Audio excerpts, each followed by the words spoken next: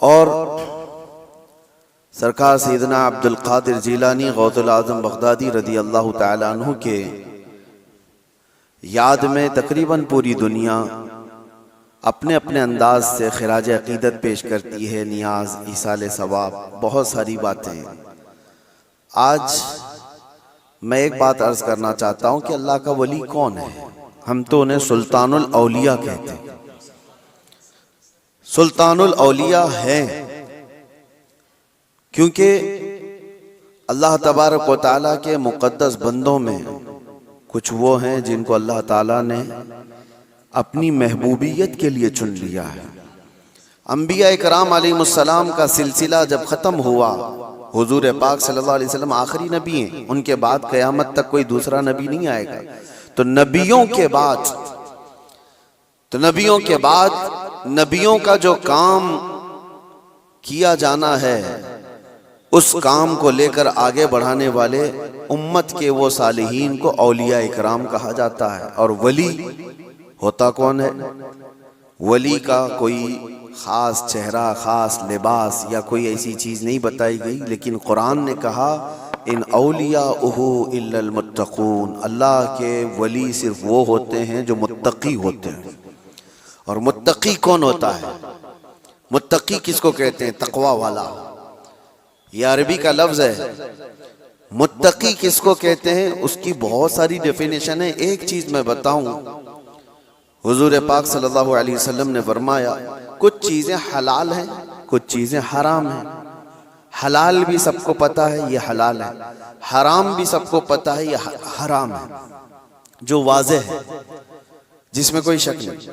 لیکن حلال اور حرام کے بیچ میں کچھ چیزیں ایسی ہیں جن کے بارے میں شک ہوتا ہے کہ حلال ہے کہ نہیں ہے، حرام ہے یا نہیں۔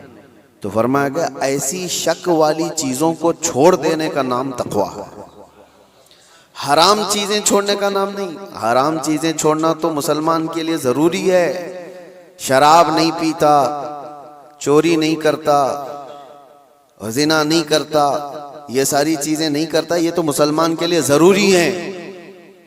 لیکن چند وہ چیزیں ہیں جو حرام اور حلال کے بیچ میں مشکوک ہیں، ان چیزوں کو بھی چھوڑ دینے کا نام تقویٰ ہے۔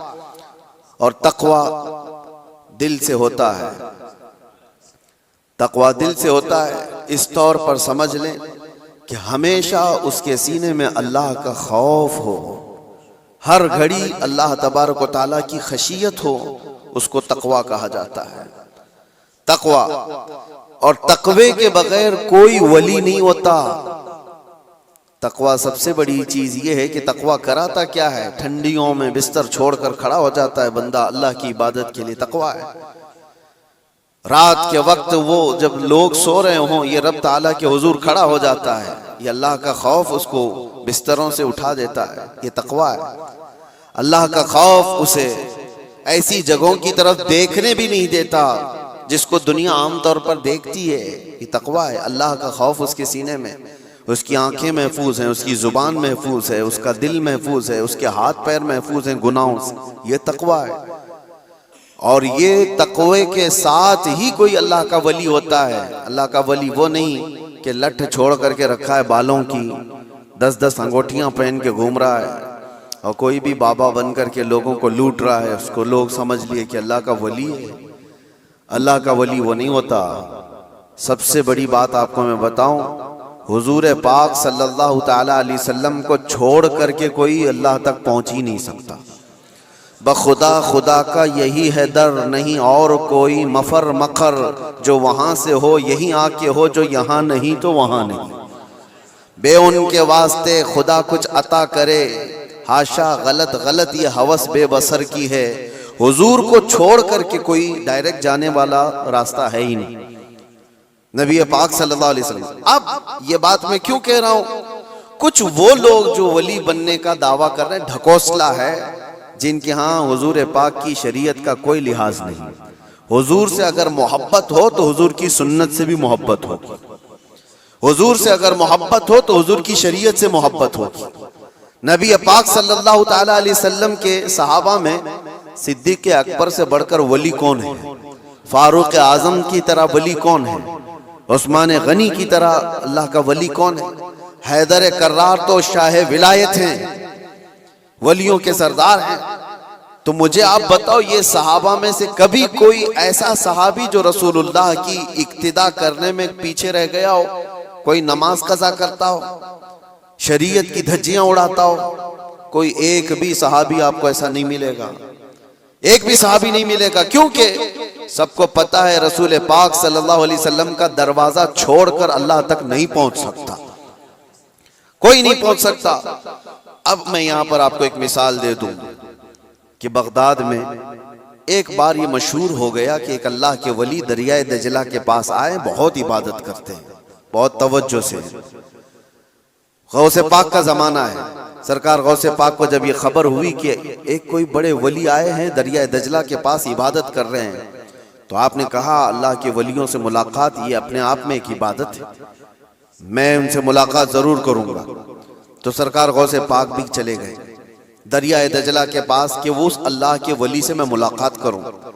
جب وہاں پہنچے تو پتا چلا کہ وہ صبح ہی وہاں سے رخصت ہو گئے تھے، چلے گئے تھے، غوث پاک سے ان کی ملاقات نہیں ہو پائی۔ لیکن لوگوں میں مشہور تھا، سارے لوگ دیکھ رہے تھے، وہ کنٹینیو عبادت کرتے تھے، مسلسل عبادت کرتے تھے۔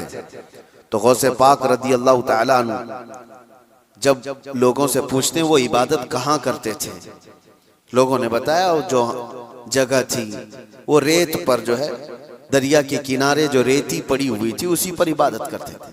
غوث پاک غور سے نشانیاں دیکھتے ہیں، ان کے سجدوں کے نشان تھے، ان کے ہاتھوں کے پیروں کے نشان تھے۔ آپ نے غور سے دیکھنے کے بعد پھر کہا تم لوگ جھوٹے شخص کو اللہ کا ولی سمجھ لیے ہو، وہ کہاں سے اللہ کا ولی تھا، تم لوگ کسی کو بھی ولی مان لیتے ہو۔ لوگوں نے کہا آپ نے تو دیکھا نہیں اور ایسے ہی آپ کہہ رہے ہیں، ہم تو ان کو مسلسل عبادت کرتے ہوئے دیکھ رہے تھے، کوئی نماز قضا تو نہیں کرتے تھے۔ غوث پاک کا معیار دیکھیں کس کو وہ اللہ کا ولی سمجھتے تھے، کسوٹی۔ سرکار غوث پاک فرماتے ہیں تم نے دیکھا ضرور ہوگا لیکن میں ان کے نشانات دیکھ رہا ہوں، سجدے میں جانے کے، ہاتھوں کے نشان یہاں نظر آ رہے ہیں۔ لوگوں نے پوچھا اس سے کیا سمجھ میں آیا آپ کو؟ کہا دیکھو 10 انگلیاں ریت پر ایسی کھلی ہوئی پڑی دکھ رہی ہیں، اور میرا ماننا یہ ہے کہ جب نبی پاک صلی اللہ تعالیٰ علیہ وسلم سجدہ کرتے تھے تو 10 انگلیاں ملی ہوئی ہوتی تھی، سجدے میں حضور پاک صلی اللہ علیہ وسلم کی انگلیاں ملی ہوئی ہوتی تھی، اور یہ شخص جس کو تم عبادت کرتا ہوا دیکھ رہے ہو اس کی انگلیاں پوری پھیلی ہوئی ہیں، جو حضور کی سنت پر عمل نہیں کرتا میرے نزدیک وہ ولی ہو نہیں سکتا، وہ ولی نہیں ہو سکتا۔ ایک سنت کو ترک کرنے پر غوث پاک فرماتے ہیں کہ میں اس کو نہیں مانتا ولی۔ اب آپ اندازہ کریں لوگوں نے تو پتہ نہیں کس کو ولی بنا لیا ہے، کیسے کیسے باباؤں کے پیچھے یہ گھوم رہے ہیں، وہ ایسے بابا جن کے نماز کا کوئی ٹھکانہ نہیں، دن بھر قوالی میں بیٹھے رہتے، نماز کے بارے میں پوچھو تو کہیں گے مکہ میں پڑھتے ہیں، مدینے میں پڑھتے ہیں۔ کچھ وہ بھی ہیں جو دل کی نمازوں کی بات کرتے ہیں، یہ سب شیطان ہے۔ شیطان اس طرح کے چہرے بنا کر کے امت کو گمراہ کرتا ہے۔ ہمارے علاقے میں ایک مرید صاحب آئے ہوئے تھے کافی سال پہلے، کسی پیر صاحب کے، انہوں نے کہا تھا کہ ہمارے پیر صاحب کی نماز اللہ نے معاف کر دیا ہے۔ میں نے پوچھا تھا کہ کیوں؟ کہا اتنا تقویٰ ہو گیا، اتنی عبادت کیے ہیں کہ ان کو اب یہ ظاہری نماز کی ضرورت نہیں ہے، وہ باطنی نماز پڑھتے ہیں۔ میں نے ان کو ایک سپرے مارا تھا، وہ ابھی تک آئے نہیں واپس۔ کہا شریعت میں 4 لوگوں پر نماز معاف ہے، 4 لوگوں پر نماز معاف ہے۔ نابالغ بچہ ہو تو نماز معاف ہے، ابھی مطلب اس پر نماز فرض ہی نہیں ہوئی۔ دوسرے پاگل ہو، دماغی نہیں ہے تو بھی نماز معاف ہے۔ اور تیسرے عورت کی جو ماہواری آتی ہر مہینے، حیض کے دنوں میں عورت کو نماز معاف ہے۔ چوتھے بچے کی ولادت ہو جائے عورت، اس کے بعد اس کو نفاس جو آتا ہے وہ 40 دن تک بھی ہو سکتا ہے میکزیمم، اتنے دن عورت کو نماز معاف ہے۔ یہ 4 لوگ ہیں جن کو نماز معاف ہے۔ میں نے مرید صاحب سے کہا تھا پیر صاحب کو پوچھ لینا ان 4 میں آپ کیا ہو، یا تو تمہارا پیر نابالغ ہوگا اس لیے نماز معاف ہو گئی، یا تو پاگل ہوگا اس لیے معاف ہے، یا تو پھر وہ دو کیٹیگری جو بڑی ڈینجر ہے۔ پوچھ لینا میرے عزیزو، غوث پاک پر نماز معاف نہیں ہوئی تو اے رے غیر نتھو کھیرے کی بات کیا ہے؟ سلطان الاولیاء غوث پاک رضی اللہ تعالیٰ عنہ کے ساتھ یہ ہوا تھا، آپ نماز پڑھ رہے تھے، بادل کا ٹکڑا ایک سایہ بن کر کے آپ کے اوپر طاری ہوا اور اس سے آواز آنے لگی، اے عبد القادر، میں نے تجھ پر سارے حرام کو حلال کر دیا ہے، میں نے تجھے نماز معاف کر دی ہے، تو نے اتنی عبادت کر ڈالی۔ اور ظاہر سی بات ہے یہ 4 دن لوگوں میں بیٹھ کر کے عبادت کر کے یہ سمجھ لیں کہ میں بہت کیا ہوں۔ غوث پاک تو وہ ہیں جنہوں نے 15 سال تک ایک پاؤں پر کھڑے ہو کر رات بھر نماز پڑھی ہے، اور تقریباً 40 سال ان کی عبادت کے ایسے گزرے ہیں کہ ایک انگور کے دانے سے سحری کرتے تھے اور آدھے گلاس پانی سے افطاری کر لیا کرتے تھے۔ یہ غوث پاک کی عبادات اور مجاہدات، اتنے سالوں کے بعد اگر کوئی کہے ان کو تو بات تو ایسی لگتی ہے نا کہ شاید دماغ میں یہ بات آ جائے، ہاں اتنے سالوں کی عبادت ہوئی، بادل کے ٹکڑے سے آواز آئے کہ عبد القادر میں نے سارے حرام حلال کر دیے تم پر اور نمازیں معاف کر دی۔ لیکن وہ ایسے ویسے لوگوں کی صحبت پائے ہوئے اور موسمی طریقوں کے ولی نہیں تھے۔ غوث پاک رضی اللہ تعالیٰ عنہ شان محبوبیت پر فائز تھے۔ آپ نے برجستہ کہا یہ آواز رحمان کی نہیں ہے، یہ شیطان کی ہے۔ جب نبی پاک صلی اللہ علیہ وسلم پر نماز معاف نہیں ہوئی تو میں کون ہوتا ہوں؟ اللہ کے رسول صلی اللہ علیہ وسلم جو صاحب شریعت ہیں، حضور نے نماز نہیں چھوڑی، اور وہ بھی آخری وقت تک۔ جانتے ہو روایات میں موجود ہے اس وقت رسول اللہ صلی اللہ علیہ وسلم حجرے سے باہر آ رہے تھے جب آپ کی وفات کو چند ہی دن باقی تھے، حضور کی وفات کو، حضور کے انتقال کو چند دن باقی تھے۔ حضرت ابوبکر صدیق امامت کر رہے تھے، لیکن اس کے باوجود رسول پاک صلی اللہ علیہ وسلم سخت علالت کے بعد حجرے سے باہر تشریف لائے تھے، اس حالت میں کہ روایات میں موجود ہے حضور 2 صحابہ کے کندھوں پر ہاتھ رکھ کر کے باہر آ رہے تھے، پیر زمین پر نہیں لگ رہے تھے۔ اس قدر شدت کی تکلیف کے ساتھ بھی نبی پاک صلی اللہ علیہ وسلم مسجد میں تشریف لا رہے ہیں، اور یہاں مرغ مسلم توڑتے ہوئے بیٹھے ہوئے وہ پیر کہتے ہیں کہ ہمارے لیے نماز معاف ہے۔ غوث پاک نے جب یہ کہا کہ یہ رحمان کی آواز نہیں، یہ شیطان ہے، میرے لیے نماز معاف نہیں ہو سکتی، تو غوث پاک رضی اللہ تعالیٰ عنہ پر اس نے غرور اور تکبر میں لانے کے لیے ایک دوسرا حملہ کیا تھا اور کہا عبد القادر تم بہت پڑھے لکھے ہو، بہت علم ہے تمہارے پاس، تم پڑھے لکھے نہ ہوتے، علم نہ ہوتا تو آج میرے گمراہی میں آ جاتے۔ شیطان اپنی اصلی حالت پر آ گیا، کہا ٹھیک ہے تم نے مجھے پہچان لیا لیکن تم بہت پڑھے لکھے ہو، تمہارا علم اتنا ہے کہ تم بچ گئے۔ غوث پاک نے کہا تو دوسرا حملہ کر رہا ہے مجھ پر، میرے علم نے نہیں بچایا، مجھے رب کے فضل نے بچایا۔ یہاں پر بھی آدمی بہک سکتا ہے، اگر ہاں کہہ دیا کہ ہاں میں تو پڑھا لکھا ہوں، میں بہت علم والا ہوں، اسی لیے بہت سارے علم والے بھی بھسم ہو گئے، علم والے بھی بہک گئے۔ علم کے ساتھ رب کا فضل ہے تو پھر وہ بچ جاتا ہے۔ میرے عزیزو، عرض یہ کرنا ہے کہ حضور پاک صلی اللہ علیہ وسلم کی شریعت کو چھوڑ کر کے کوئی ولی نہیں ہو سکتا۔ غوث پاک رضی اللہ تعالیٰ عنہ کی 11ویں کرنے والے، نیاز کرنے والے سب سے میرا ایک ہی کہنا ہے اور سب کے لیے ایک میسج ہے کہ تمہاری 11ویں، تمہارے کھچڑے، تمہارے نیاز یہ فرض نہیں نہ ہی واجب ہیں، مستحب کے درجے میں آ سکتے ہیں، لیکن فجر کی نماز سے لے کر عشاء کی نماز تک فرض یہ تمہارے اوپر ایسا ضروری ہے کہ اس چیز کے لیے کوئی معافی نہیں ہے۔ 1 سال تم نے دیگ نہیں بنائی، نیاز نہیں کی تو قیامت کے دن نہیں پوچھا جائے گا کہ تم غوث پاک کی فاتحہ کرتے تھے کہ نہیں کرتے تھے، یہ سوال نہیں ہوگا، لیکن یہ سوال ضرور ہوگا کہ فجر میں اٹھے کیوں نہیں تھے، یہ سوال ضرور ہوگا اتنی نمازیں قضا کیوں ہوئی تم سے۔ میرے عزیزو، نوافل اور مستحبات میں پڑی ہوئی یہ امت، میں منع نہیں کرتا، آپ شوق سے، ہم بھی کرتے غوث پاک رضی اللہ تعالیٰ عنہ کے دربار میں ایصال ثواب کے لیے، مرحومین کے لیے ہم نیاز، فاتحہ ساری چیزیں کرتے ہیں، لیکن اس کا مطلب یہ نہیں ہے کہ کل وہی ہے اور اللہ تبارک و تعالیٰ کی یہ عبادتیں کچھ معنی نہیں رکھتی، نماز نہیں ہے، قرآن نہیں ہے۔ عزیزان گرامی، میں ان لوگوں سے پوچھتا ہوں جو 2-2 3-3 گھنٹے قوالیوں پر رقص کرتے ہیں، قرآن کی ایک سورہ بھی تو سن کے دکھاؤ، وہ رب کا کلام ہے۔ اللہ کا کلام ہے، کسی قاری قرآن سے تم قرأت سن کر کے جھومو، پھر پتہ چلے کہ ایمان تمہارے دل میں کتنا ہے۔ ڈھول باجوں پر رقص کرنے والی قوم، ایمان سے اگر تعلق ہے تو ان خرافات میں نہیں جا سکتا کبھی۔ ایمان مضبوط کرو، اولیاء کاملین کی جماعت سے وابستہ رہنا یہ ضروری ہے، لیکن اس کا مطلب صرف یہ نہیں جو بنایا گیا ہے۔ ہم سنیوں پر ایک بڑا الزام یہ لگایا جاتا ہے کہ یہ صرف چادر گاگر جلوس فاتحہ نیاز 11ویں والے لوگ ہیں۔ میرے عزیزوں، وہ ایک پارٹ ہے۔ ظالموں نے جس طرح کا یہ ہمارے اوپر الزام لگا کر رکھا ہے کہ یہ سجدے کرنے والے لوگ ہیں، قبر کی پوجا کرنے والے لوگ ہیں، اور مزارات اولیاء پر جا کر شرک و بدعت کرنے والے لوگ ہیں، دنیا کو یہ پھیلا کر کے رکھا گیا۔ ہم اس سے برات کا اظہار کرتے ہیں۔ ہم سنی مزار کو سجدہ تو چھوڑو، ہم رسول کو بھی سجدہ نہیں کرتے۔ سجدہ صرف اور صرف اللہ وحدہ لا شریک کے لیے ہے، عبادت صرف اللہ رب العزت کے لیے ہے۔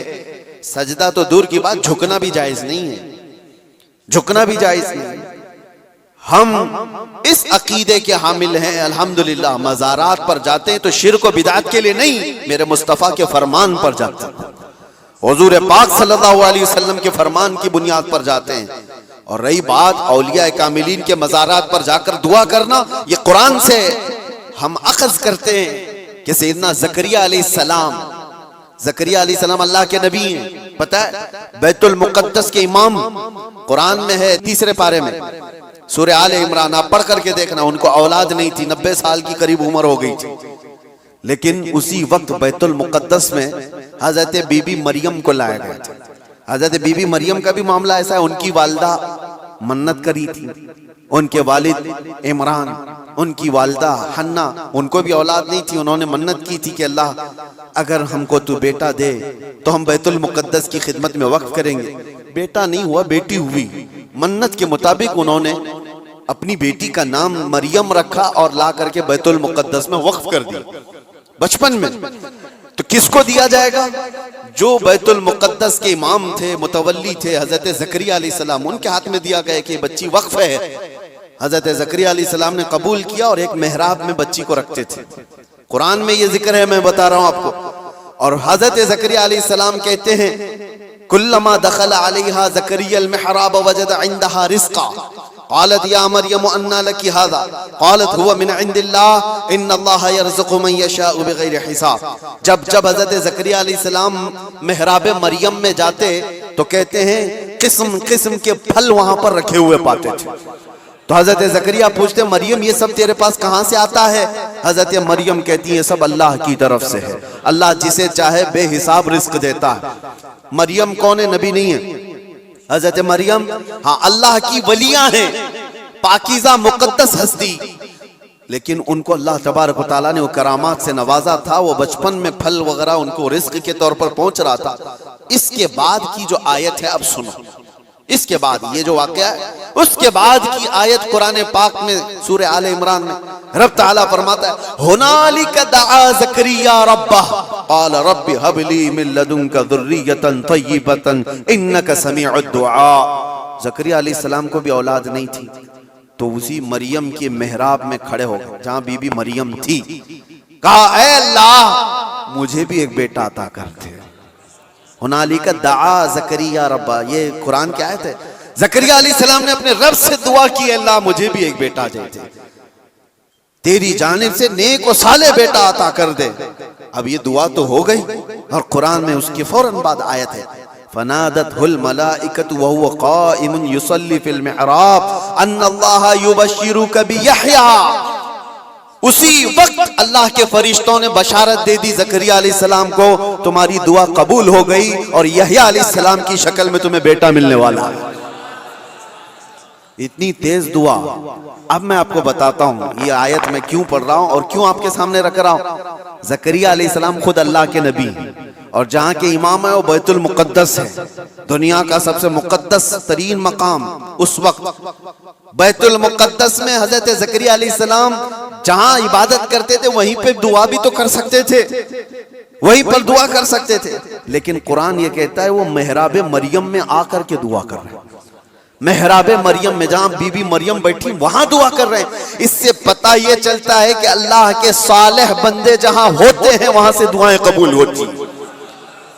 پتہ چلا جہاں نیک و صالح اللہ کے ولی رہا کرتے ہیں وہاں سے جب نبی کی دعا قبول ہوتی ہے تو پھر امتی کی کیوں نہیں قبول ہوتی.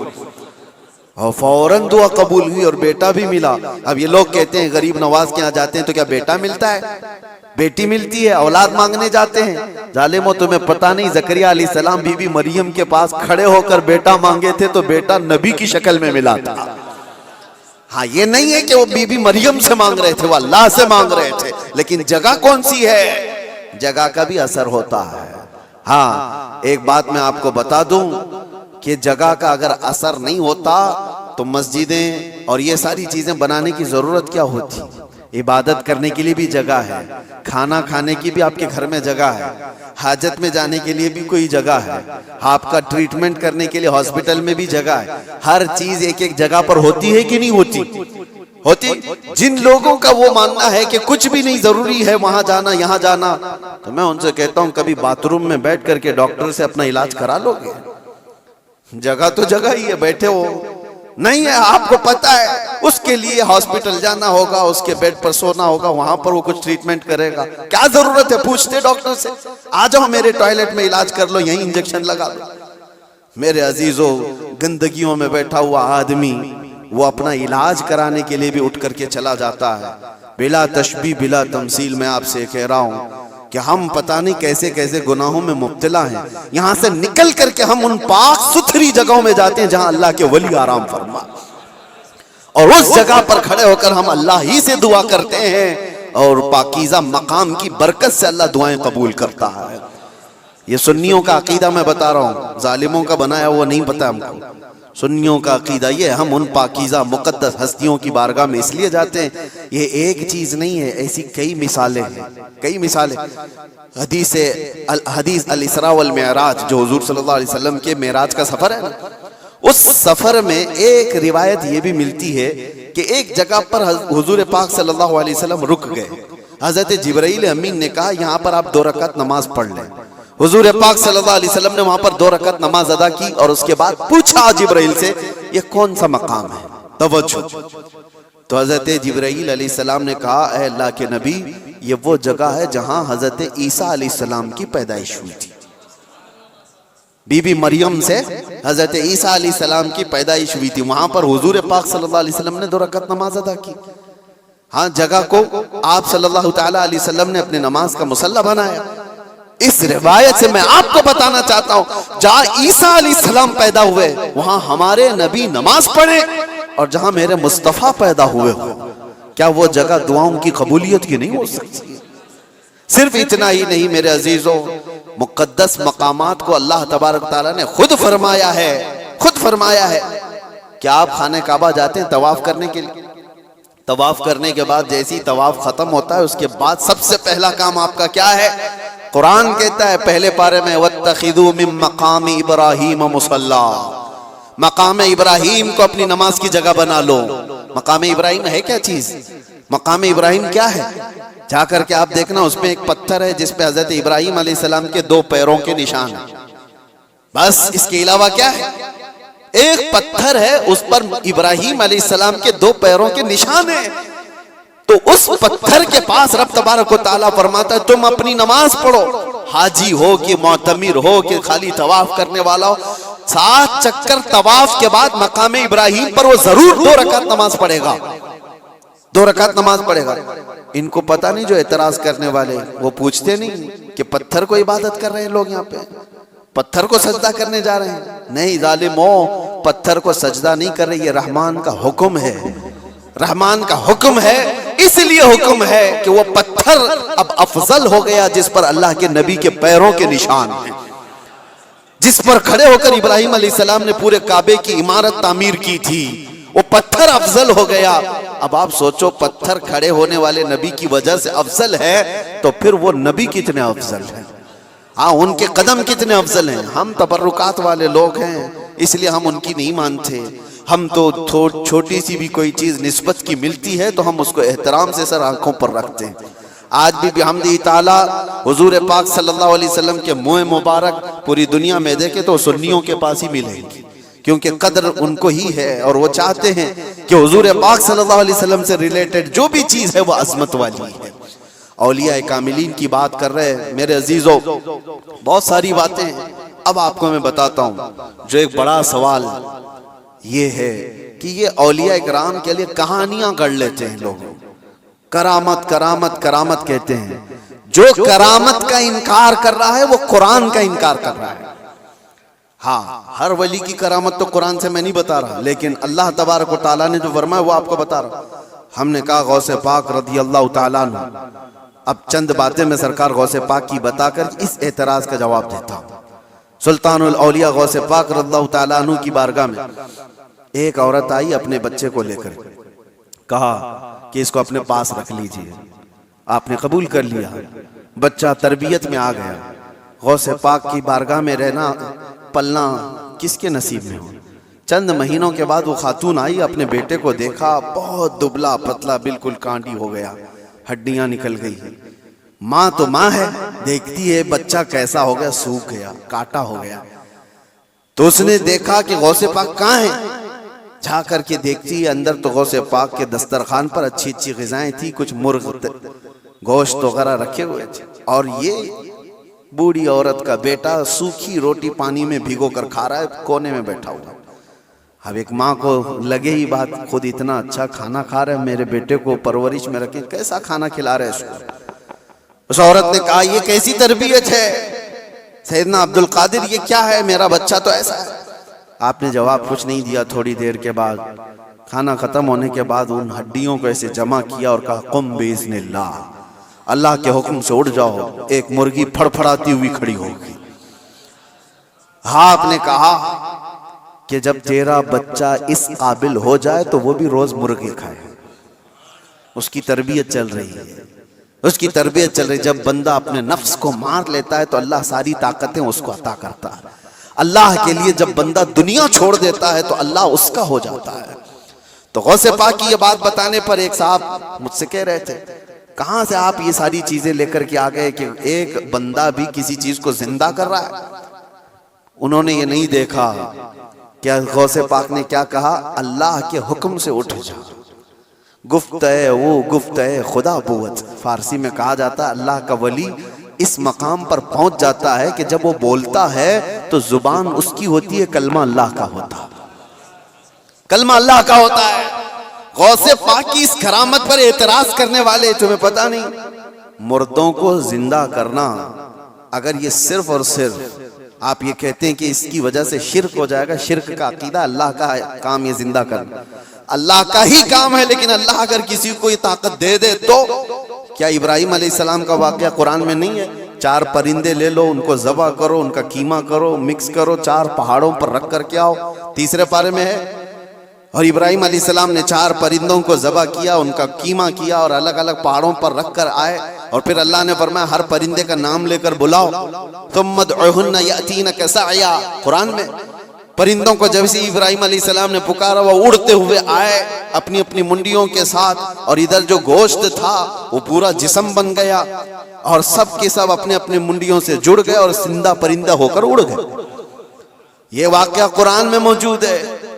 صرف اتنا ہی نہیں میرے عزیزو، عیسیٰ علیہ السلام کے بارے میں قرآن کیا کہتا ہے کہ عیسیٰ علیہ السلام وَأُبْرِئُ الْأَكْمَحَ وَالْأَبْرَصَ وَأُحْيِي الْمَوْتَى بِإِذْنِ اللَّهِ، جو سفید داغ والا ہوتا تھا، کوڑ کی بیماری والا ہوتا تھا، عیسیٰ علیہ السلام ہاتھ رکھتے تو صحیح ہو جاتا تھا، اور کبھی مرے ہوئے آدمی کو ٹھوکر مارتے تو زندہ کھڑا ہو جاتا تھا، مٹی کے پرندے بناتے پھونک مارتے وہ اڑنے لگ جاتے تھے۔ یہ ادھر ادھر کی کتابوں کی بات نہیں کر رہا ہوں، قرآن کی بات کر رہا ہوں۔ قرآن میں موجود ہے، اللہ کے نبیوں کو اللہ نے یہ طاقت عطا کی تھی۔ میرے عزیزو، غوث پاک رضی اللہ تعالیٰ عنہ کی اس کرامت پر اعتراض کرنے والے وہ صرف ظاہر کو دیکھتے ہیں۔ غوث پاک امت مصطفیٰ کے ولی کامل ہیں، رسول اللہ کی امت کے وہ اولیاء کے سردار ہیں۔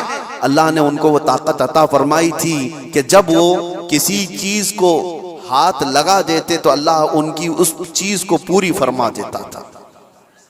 اب آپ کو چند کرامتوں کے بعد یہ بھی میں بتا دوں، ایک بار غوث پاک رضی اللہ تعالیٰ عنہ بیان کر رہے تھے اور ایک چیل اڑتی ہوئی آئی اوپر سے، بہت چین چین چین آواز کر رہی تھی، تو مجمع میں ادھر سے ادھر لوگ دیکھنے لگ گئے، ڈسٹرب ہو جاتا نا، یہاں ہوتا ہے ابھی تھوڑی سی آواز ادھر آ جائے تو سب کی گردنیں ادھر ہو جائیں گی، اور غوث پاک کے مجمع میں یہ بے ادبی ہے، حضور غوث پاک خطبہ دے رہے ہوں اور ادھر ادھر کوئی چہرے اٹھائے تو آپ نے صرف اور صرف گھور کر کے اس چیل کو دیکھا، اس کی منڈی الگ اور دھڑ الگ گر گئے، وہ مر کے تڑپنے لگی، ختم ہو گئی۔ آپ کا خطبہ چلتا رہا، اب کوئی گردن اٹھا کے دیکھتا بھی نہیں تھا، سب غوث پاک کی طرف کہ وہ نگاہ جلال جو چیل پر پڑی تھی کہیں اور بھی نہ پڑ جائے۔ سب کا انہماک توجہ کے بعد جب غوث پاک کا خطبہ ختم ہوا تو ایسا نہیں کہ آپ اس چیل کے پاس گئے، اس کے منہ کو اٹھایا، اس کے دھڑ سے لگایا، کہا قم باذن اللہ، اللہ کے حکم سے اڑ جا، وہ چیل پھر سے زندہ اڑتی چلی گئی۔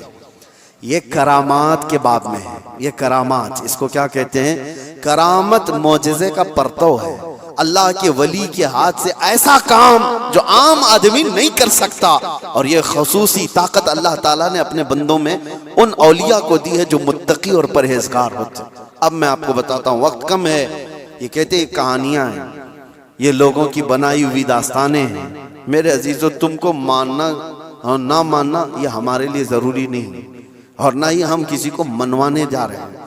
بات اتنی ہے کہ حضرت سلیمان علیہ السلام کے دربار میں بھی یہ بات ہوئی تھی کہ سلیمان علیہ السلام کے دربار میں سارے پرندے حاضر تھے، ایک پرندہ نہیں آیا تھا، ہدہد لیٹ سے آیا، سلیمان علیہ السلام جلال میں کہا اس کو میں سزا دے دوں گا، بہت دیر کے بعد آیا، پوچھا کہ تیرا عذر بتا، کیوں تو تاخیر سے آیا؟ یہ بھی قرآن کی بات کر رہا ہوں، 19ویں پارے میں اٹھا کر کے آپ پڑھ لینا اس کو۔ اس نے کہا اے اللہ کے نبی، میں اڑتے اڑتے ایک ایسی جگہ پر چلا گیا تھا جہاں دیکھا لوگ شرک کر رہے ہیں، سجدہ کر رہے ہیں ایک عورت کو، سجدہ کرتے ہیں سورج کو، اور ایک عورت ان کی حاکم ہے، عورت ان کے اوپر حکومت کر رہی ہے جس کا نام سبا بلقیس ہے۔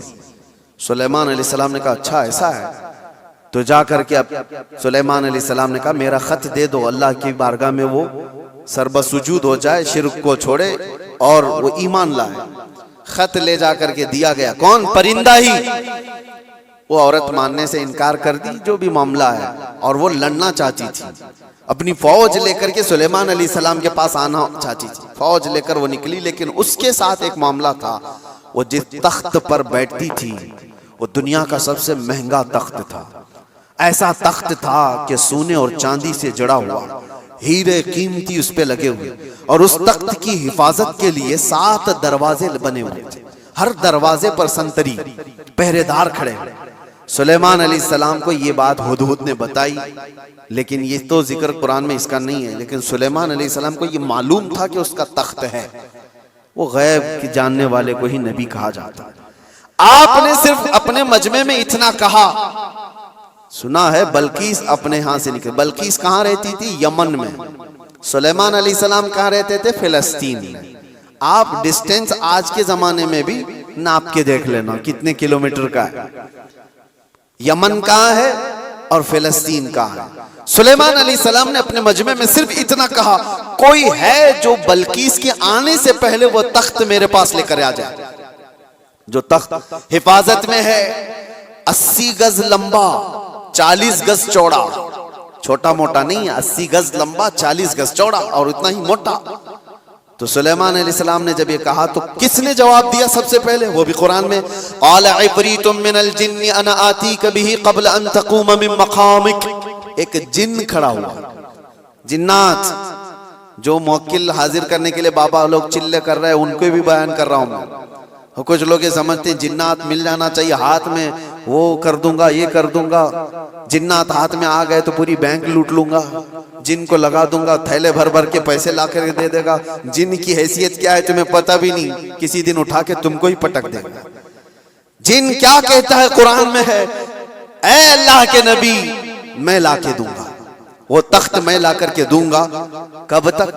آپ کی یہ مجلس ختم ہونے سے پہلے۔